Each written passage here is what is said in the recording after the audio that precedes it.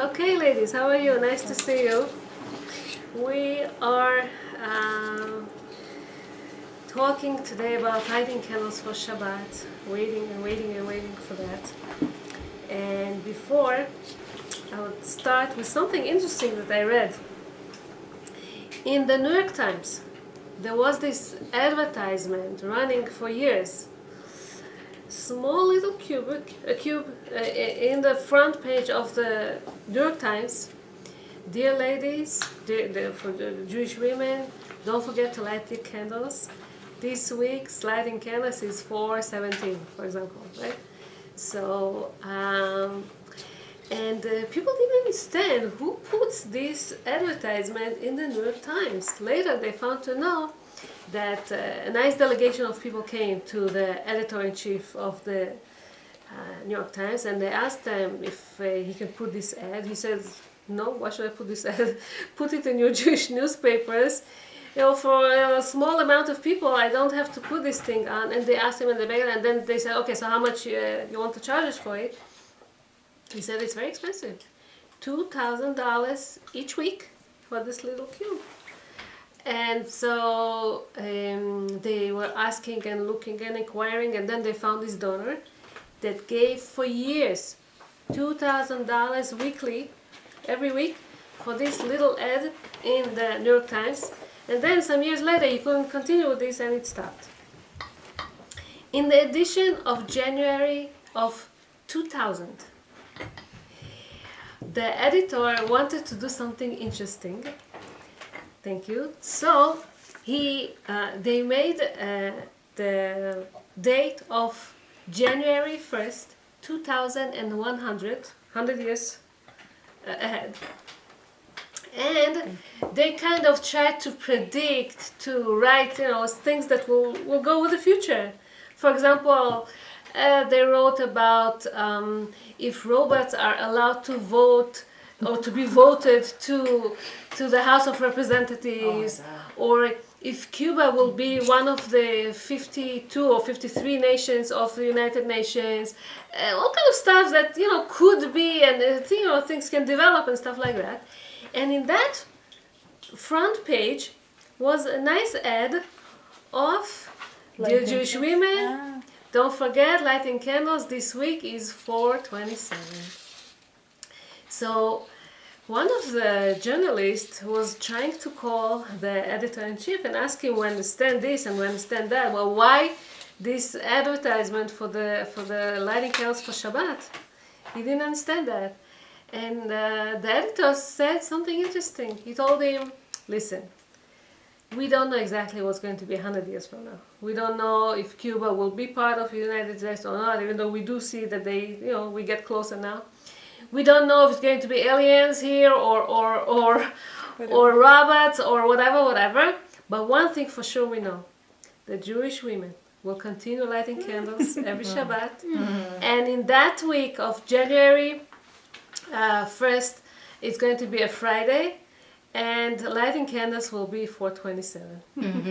So see how Gentiles, how they admire, understand, and know, what is lighting candles.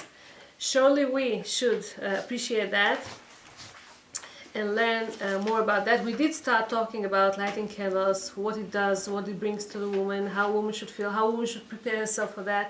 And B'ezrat Hashem now, we should continue a little bit more about that. Lighting candles for Shabbat, we know, is mainly for Shlom Bayit. Imagine to yourself, years ago, people didn't have electricity in the houses.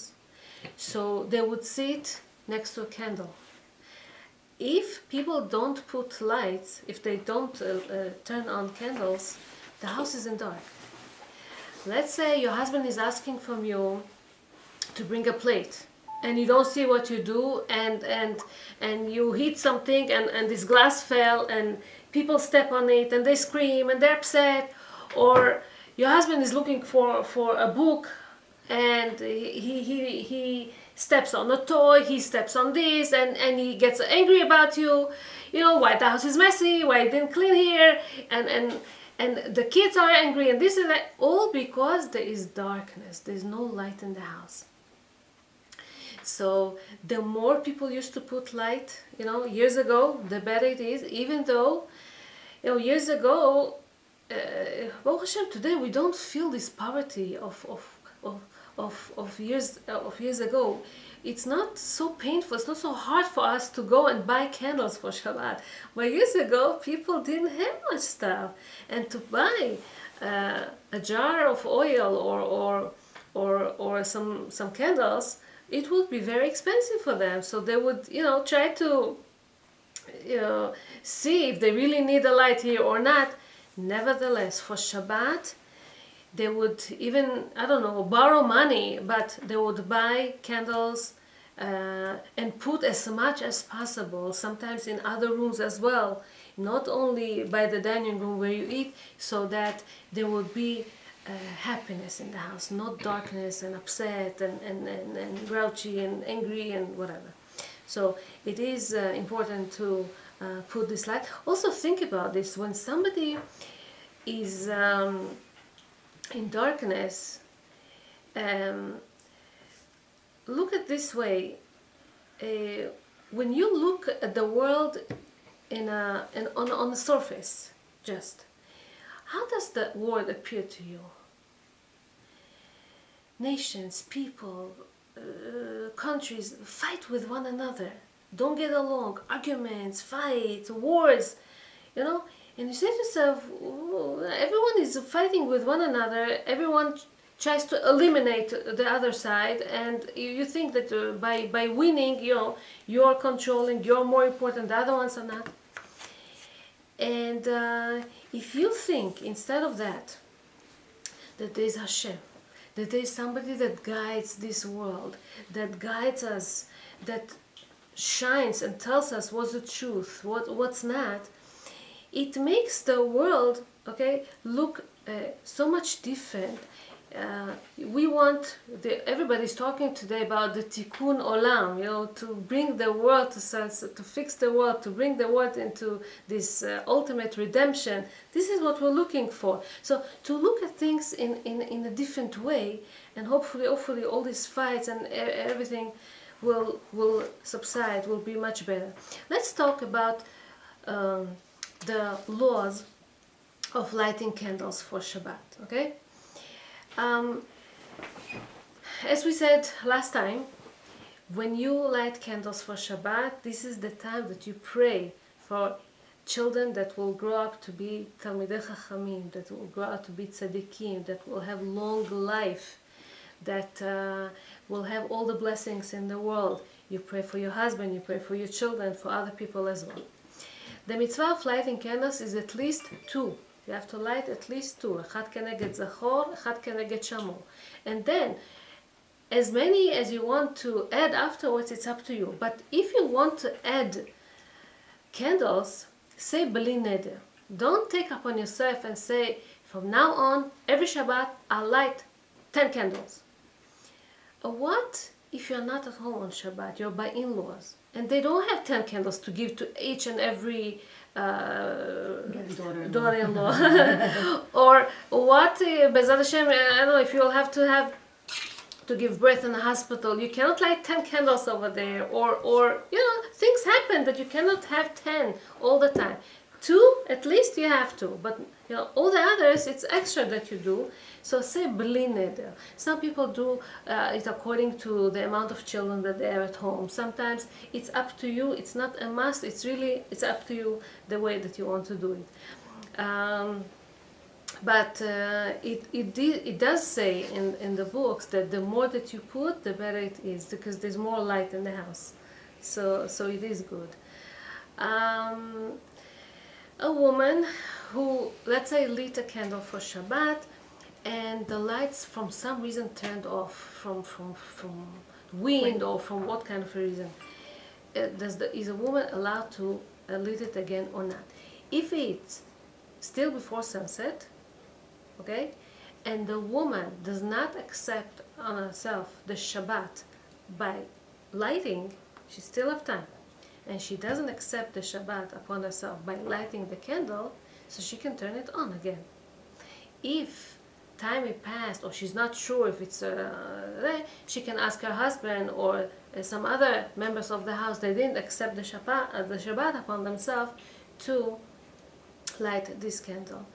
I want to explain a huge confusion that there is in lighting Shabbat, some between Sephardim and Ashkenazim. Ashkenazim, they okay. Let's do it this way. Let's say I want to say a bracha. Okay. I'm sorry. I want to drink this cup of tea, right? In order for me to drink this cup of tea, I have to say bracha first. I'll say the bracha.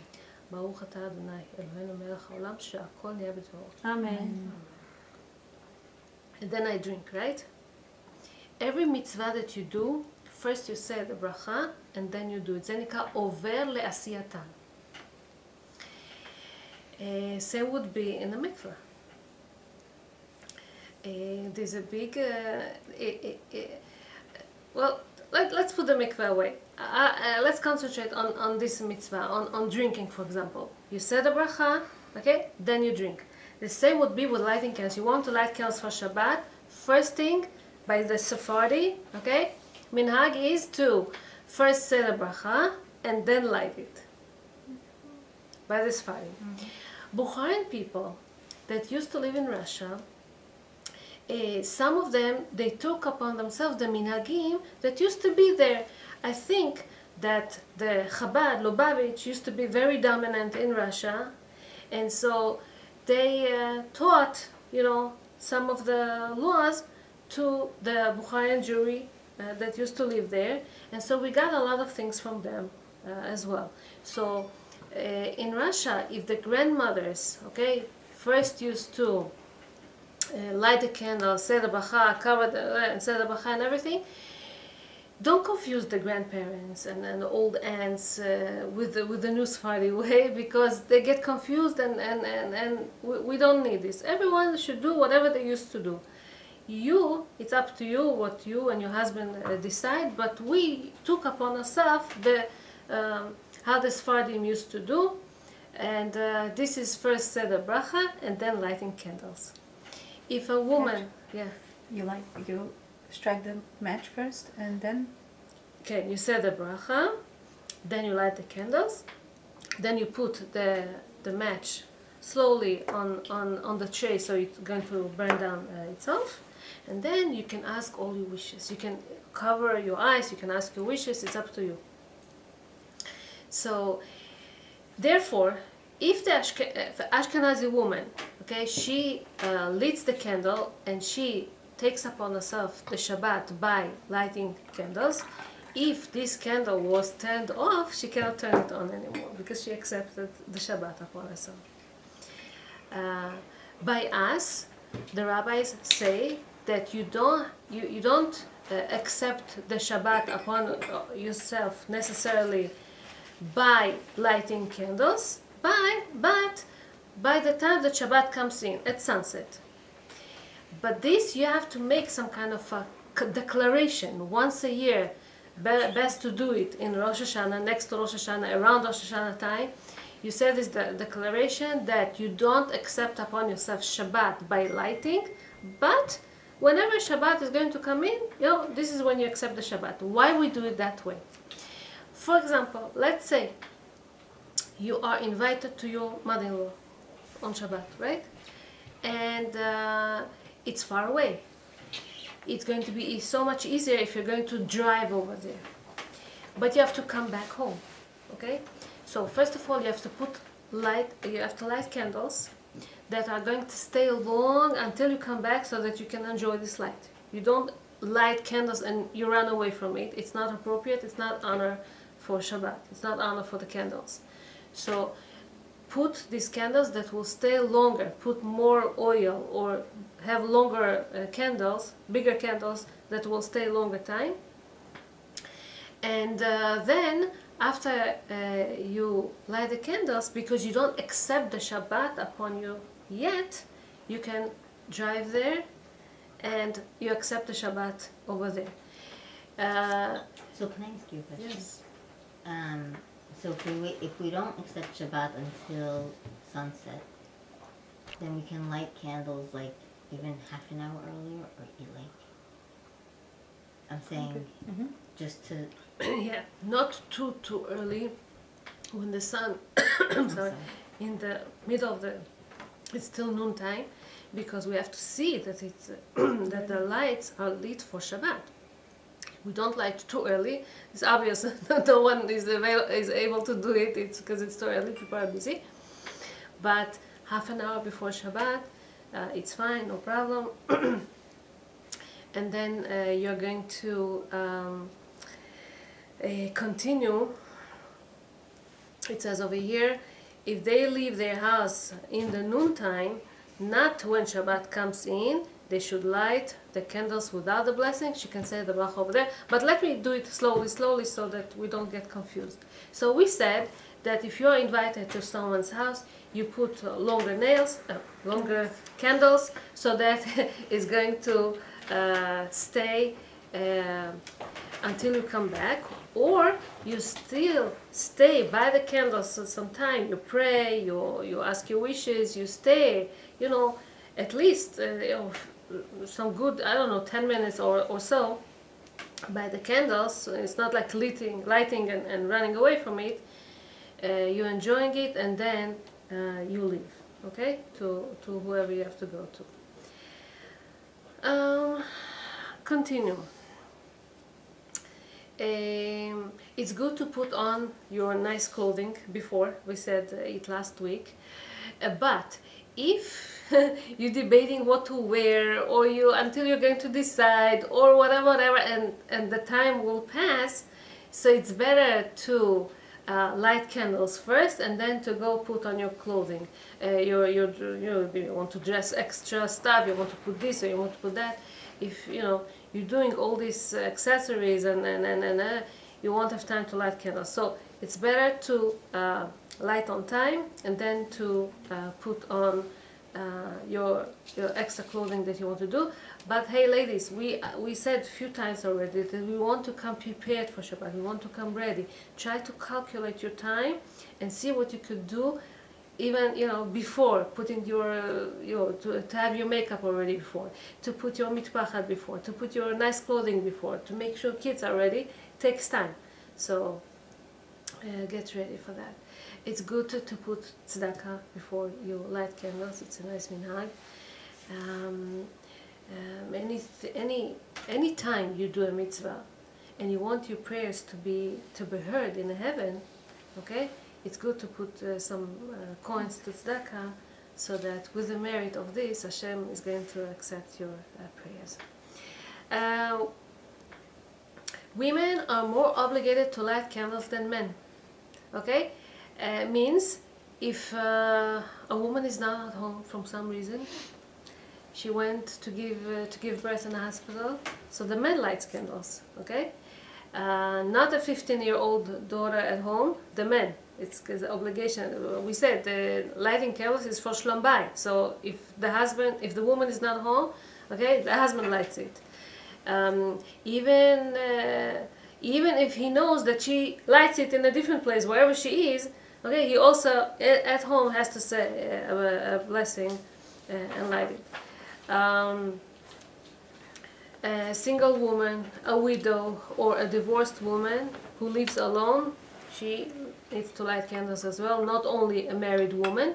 Sephardi people, young girls that are not married, usually that stay at home, usually they don't say, they light for chinuch, to get them used to, for education purpose, they light, but they don't say bracha. Ashkenazi people, the girls, they light and say bracha too, but we don't.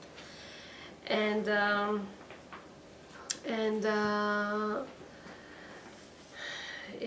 what else we have here? I'm sorry, you said Sephardi girls do light. Do light, but they don't say bracha. If they don't light, it's okay? If they don't light, they don't have to. Lighting, it's for getting used to, Just chinuch, yeah. for chinuch, to make her get ready to the idea that once she's going to get married, she'll have to light candles for Shabbat, right? But if she always sees you lighting candles, she listens to your prayer, she says amen, She can ask her own wishes next to you, but she doesn't have to light a candle with, definitely not with a bracha. If she has to light, I mean, if she's lighting for chinuch, 1 or 2? One. One. A guest that comes to his host house or hotel, okay, must light candles in his bedroom. But they don't let. Right. Nowadays, many hotels do not let people to light candles in their bedrooms. So you go down to the dining room where everybody sit and they light candles. You're going to light candles there. Now, the rabbis, they speak very much about this. If people already lit, usually they put a huge tray of candles, and people come before and light already the candles for Shabbat. If people already lit candles, in a way they say it's a waste of bracha to say bracha there if people already said the bracha. No point of saying bracha for lighting candles over there. So you come, you light the candles down in the dining room, you go back to your room, okay, and put on the light in the, let's say, in the hallway, or even in the bathroom. You don't enter the bathroom, just light there and leave this light on all the time. So you said the bracha on this light, the electric light that you put. But you say it in the room or in the lobby?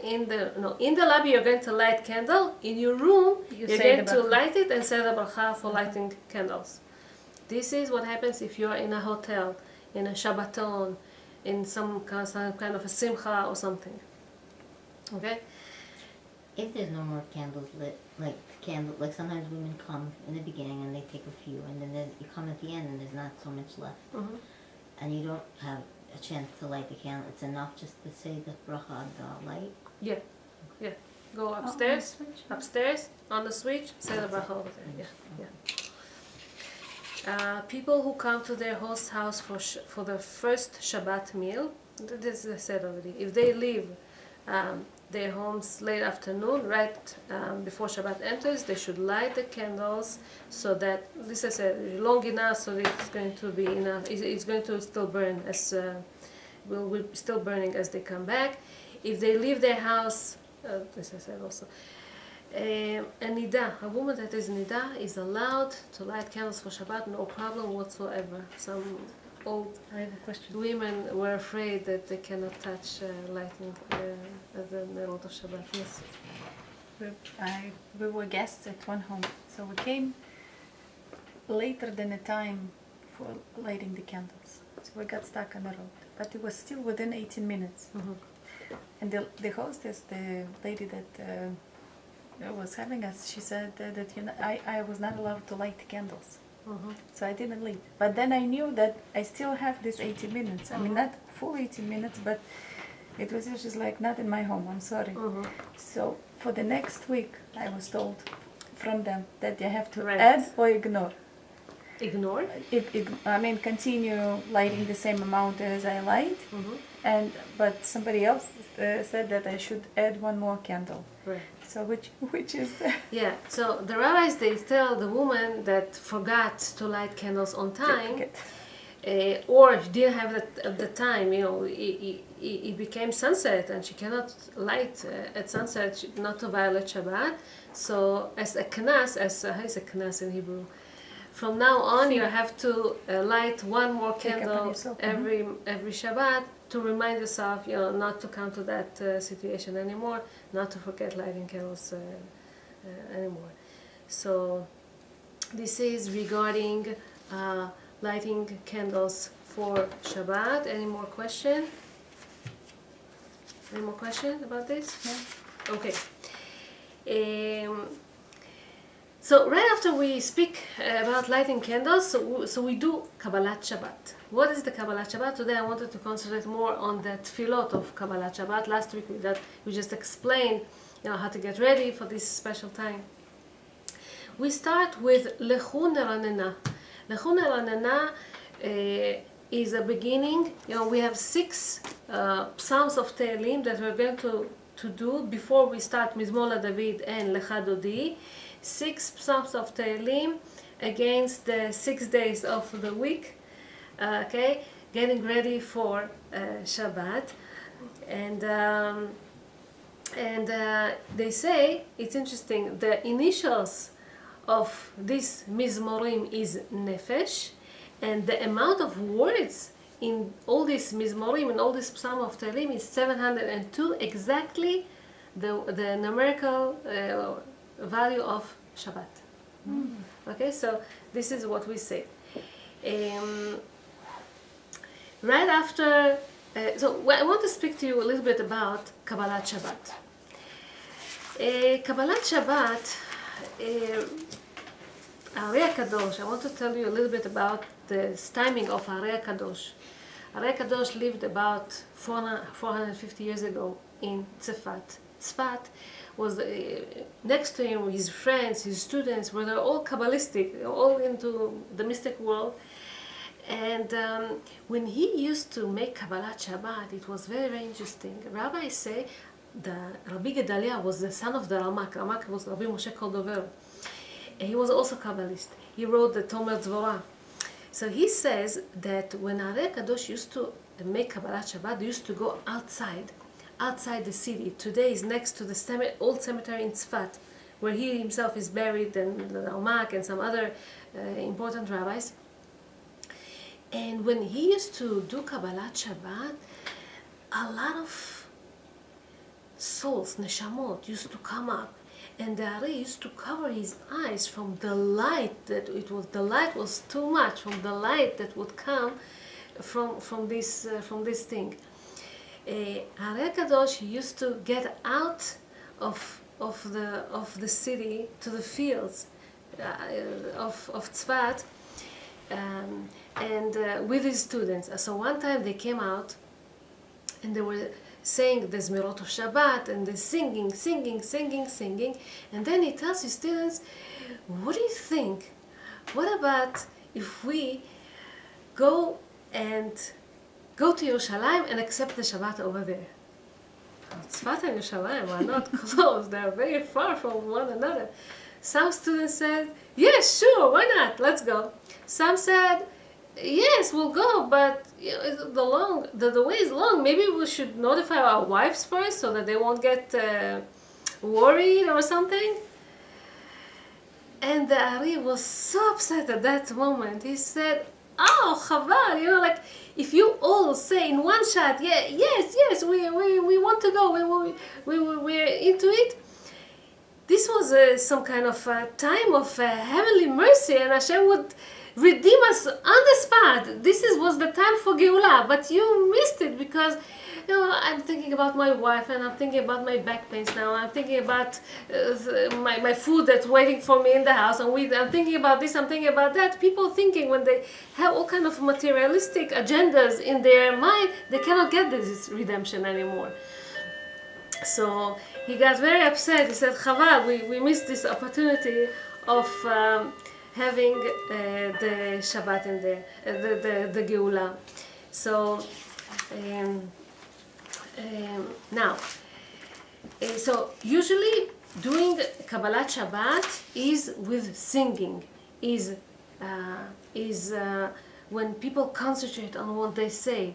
People shouldn't talk. I'll soon speak about Lecha Dodi, but before we get into the Lecha Dodi, we have 6 Mizmorim that we're supposed to say. These 6 Mizmorim are Lechu Naranena. Ma ze Lechu? Lechu, Lecha Dodi. So there were 2 versions in the time of Gemara. One rabbi says we have to get out of the house to the fields to welcome the Shabbat, and one said, Rabbi Yanai said, no, he used to cover himself up and say Kabbalat Shabbat at home.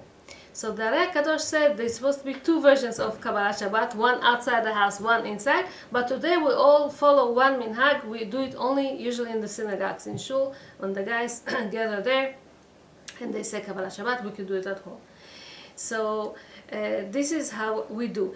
all these 6 psalms of Tehillim that we're going to read, that we're reading on Kabbalat Shabbat, they are all talking about the redemptions of Am Yisrael in the ultimate, in the future, Bezrat Hashem. So speaks about a day שיהיה יום שכולו שבת ומנוחה. Speaks about a day that's going to be all Shabbat, a special day. Speaks about how in the future people are going to speed each other up and say, let's go, let's praise Hashem for all the miracles that He have done to us. Speaks about how Hashem is going to judge the whole nations, and we are going to sing and praise Hashem. Speaks about how we have to strengthen ourselves. We staying still in the galut, and don't worry, don't despair. The good days are about to come, Bezrat Hashem.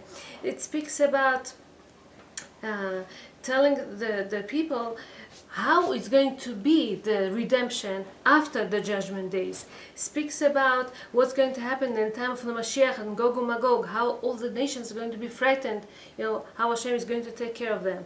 Speaks about Mizmor LeTodah, is thanking Hashem for all the miracles that Hashem is going to do. And then we do Mizmor LeDavid.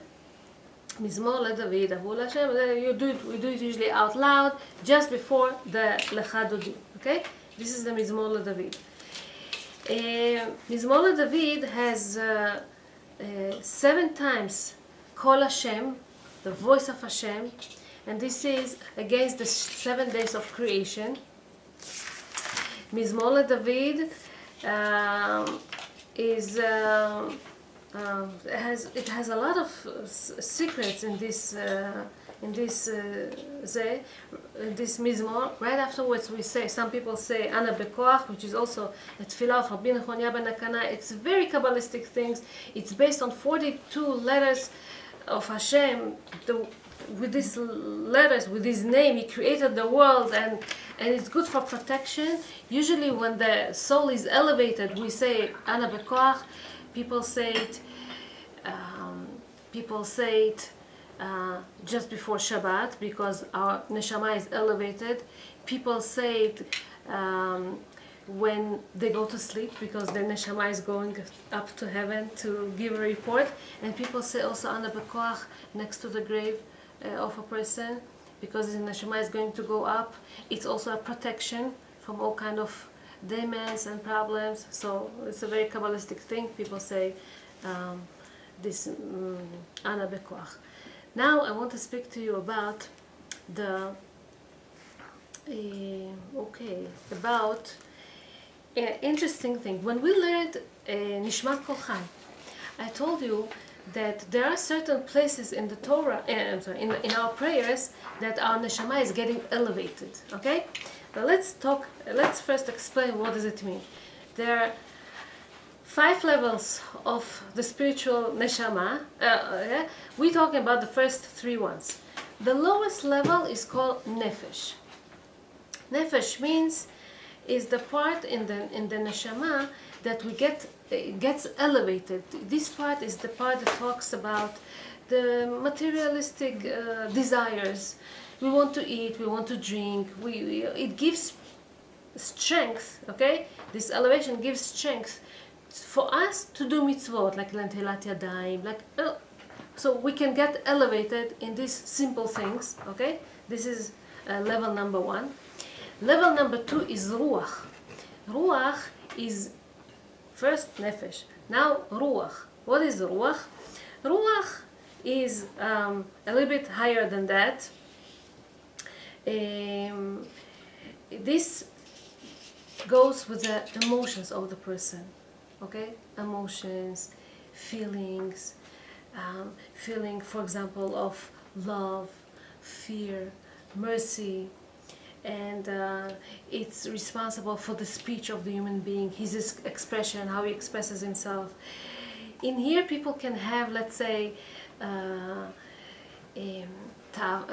desire not to food and drinks, but to, let's say, wealth, honors. Okay, this is more spiritual than that. Still a low kind of thing, but more, it's better than the first one. In Avodat Hashem is when somebody wants to get closer to Hashem through love, through fearing Hashem. And above this is the neshama. Neshama, when we pray, when we get the elevation of neshama on Shabbat, okay? So neshama means more the intellectual of the person, his intelligence, his wisdom, chokhmah, binah, dat, right? His thoughts, realizing things, analyzing things, all these are in his neshama. The ambition to get the truth, to know the truth, to get cleaved and connected to Hashem, right? This is the neshama. And now, in these 3 different things that I'm going to tell you, 3 different places, nighttime, 3 different places, daytime, we can get elevated on Shabbat. And it's good to know these places. You can have the meaning, the kavanah, as you pray. So in the evening, when we say Lecha Dodi, soon I'll explain what does it mean. Lecha Dodi likat kala, okay? In the end of this mizmor, we say Boi kala, Boi kala. We'll welcoming the Shabbat, the kala. This is when you concentrate to accept the nefesh, the most lowest one, the nefesh. And then in Arvit, when this is in the shul, we don't have it at home. When the Chazan says Baruch Hashem Morach, where everyone answers Baruch Hashem Morach L'olam Va'ed, this is when somebody concentrates to get the ruach. And in Arvit, whenever before Shemoneh Esrei, we say Ufros Aleinu Sukat Shlomecha, Hashem, please put peace upon us, right? Ufros Aleinu Sukat Shlomecha. This al Yerushalayim Irach v'chulei. This is when we want to pray to get the tosefet, the extra neshama yetara on Shabbat. This is in the evening. Daytime, the first level is when we say Nishmat Kol Chai, the first 3 words in the morning when we say Nishmat Kol Chai. This is when we get the nefesh. Then number 2, when we say in Shemoneh Esrei, as we start Shemoneh Esrei, we say Hashem Sfatai Tiftach, you accept upon yourself to get this elevation